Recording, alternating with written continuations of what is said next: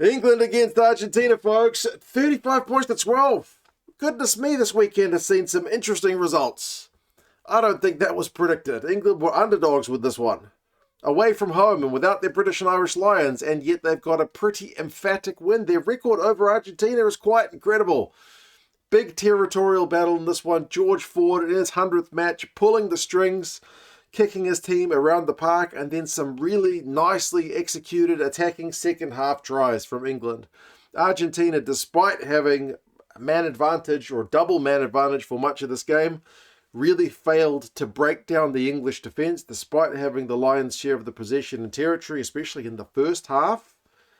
And they got themselves held up a few times, but not close enough for them. They will be bitterly disappointed. We'll go through some of the key events and the stats, and you guys can let us know your thoughts. Apologies, anyone waiting for the Argentina, why do I keep saying Argentina? Georgia and Ireland review, because I haven't yet seen that game. It's taken me this long to realize that it's not being shown on my normal broadcaster. It's on Rugby Pass's TV channel. So I'll watch that a bit later. But I'm taking my in-laws on a bloody couple of day trip in a minute. So I need to get this one done, and then I'll watch that one on the road. So bear with me on that one. Apologies. Territorial battle early is exactly what I expected this game would be. George Ford for England, you pick him to control the team's territory.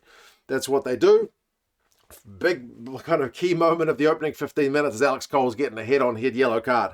So not ideal for England, but despite the fact that they got a man advantage, all Argentina can do is get themselves held up, and then eventually they opt for a three-pointer, which is testament to how well England were defending, but Carrera slices it wide. So disappointing from their point of view, and then George Ford shows how it's done.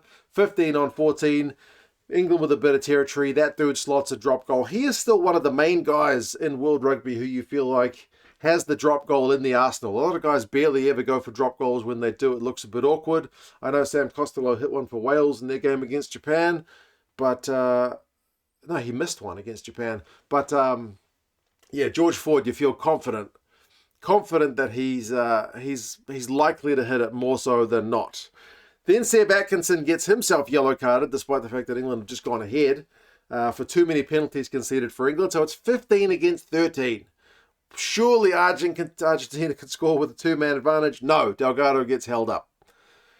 Disappointing from them. So despite their 10-plus minute period of having fewer men on the field, the Argentinians can't get any points. England don't concede any. England's defence is very solid. Argentina have heaps of phases, but honestly, generally, for the remainder of the first half, looked pretty well contained.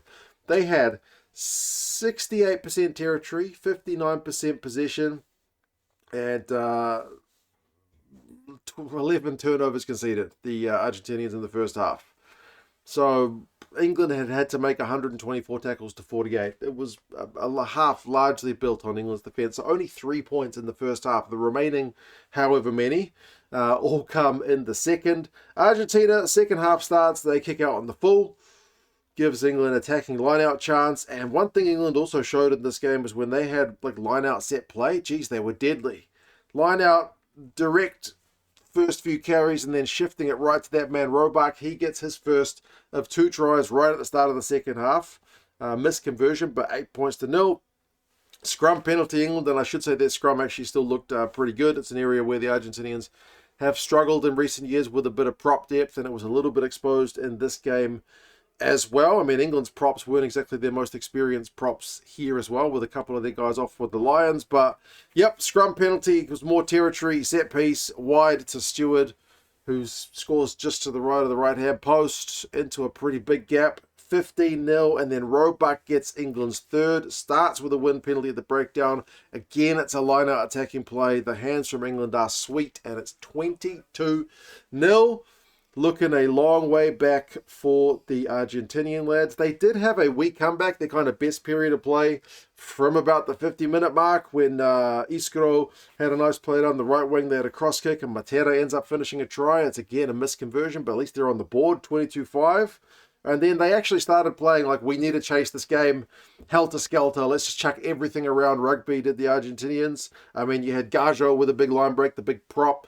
You had Matera like trying to run it out of his own 22, offloaded it to Ben Curry in his own 22. Like, not always ideal, but eventually the offloads did stick on 60 minutes, and Rubiolo was able to finish off a pretty nice, well-worked Argentinian move. Juan Martin Gonzalez with the final pass. 22 points to 12. Kind of comeback-ish territory, but then again, that man George Ford, a couple of penalties, stops the Argentinian momentum, makes it 25-12, and then 28-12. England kick a sweet 50-22 towards the end of the game, gets them some territory, and then they get their hands going. They get the final try of the match through Murley. Nice dummy from him. They spread it both sides of the pitch. It was not just kind of set play, line-out move action from England with this one. This was just kind of heads-up rugby, well worked. So 35-12 is pretty emphatic. Kicks from hand is high. England were in the 40s once again. Even Argentina kicked 34 times. But their tackle percentage, Argentina 78, is not going to get it done. 102 tackles, too many missed. For England, 199 tackles at 90% is absolute class.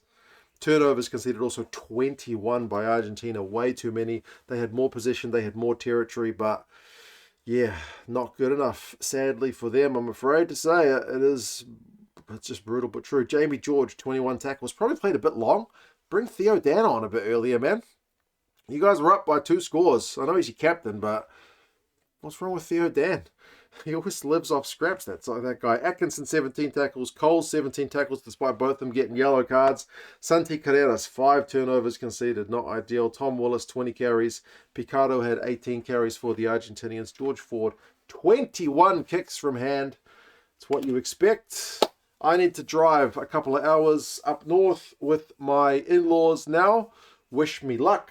I will watch the Irish game against Georgia once I get some internet access.